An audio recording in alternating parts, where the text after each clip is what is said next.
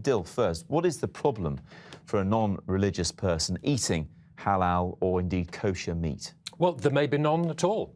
For us, the problem is that there is no humane way of slaughtering a conscious animal for meat.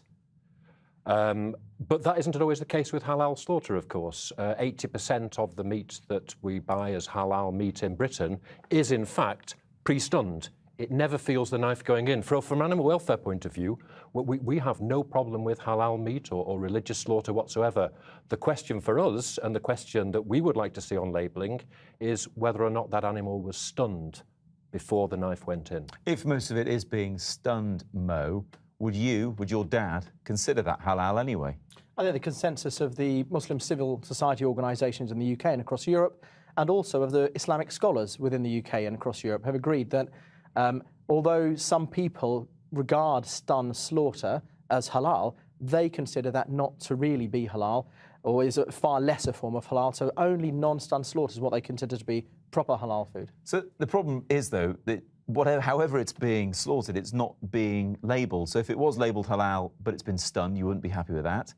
And if it isn't labelled and it is halal, you wouldn't be happy either. Well, I think one of the things is that the hysteria around some of the front pages we've seen over the last couple of days, which is attacking really Muslims and Islam, and it's a thinly veiled thing for prejudice. I think Dil and I would both agree that kind of stuff is really unhelpful. Not necessarily, Mo, because it does raise questions about how humane halal slaughter is. That's a fair point. It is, but the Pizza Express story is interesting. But, I mean, I've long been a proponent of the fact that I think shakita and halal slaughter is actually very humane because it's an instant stun. The animal dies, and as I think Russell Brand was tweeting about today, he was saying that, look, killing animals is not a nice process at all, and you know, it's better not to eat meat. I think we eat far too much meat anyway. I think we'd have to. I think we'd have to agree to differ on that one, actually, Mo.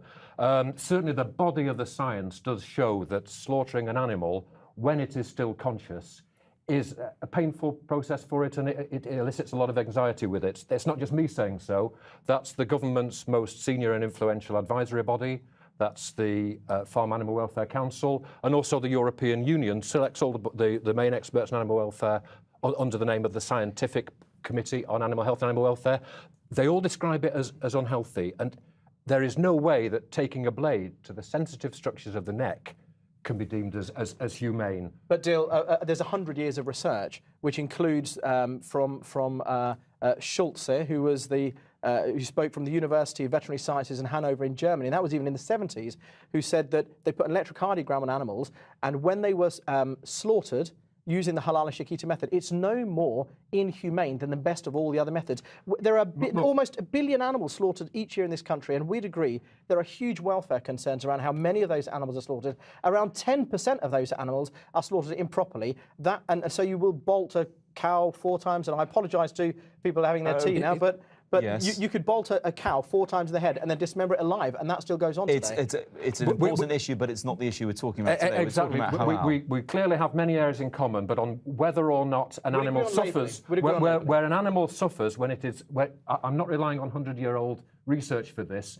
With modern research, we can measure the electrical patterns when that knife goes across those sensitive areas. Those electric patterns show it hurts. But when blood is sucked in from a severed windpipe, that causes them to choke. When the blood pressure drops, that causes anxiety. That's scientifically proven, and that's not a subjective debate. If you're arguing otherwise, but we've got no subjective scientific studies to show that. Just to finish off, let's get back to the labelling, because that really is the issue. Whether or not you agree with how halal is carried out, you would like to know what you're eating. And if Mo is telling me he wants halal meat labelled, then I certainly wouldn't stand in his way for that. But it doesn't tell me what I want to know. Mo, when 20%... Jewish and Muslim groups, I think, both want to see halal meat labelled and kosher meat labelled. But what I need to know is, was it conscious when it was done? That's where I need the labelling.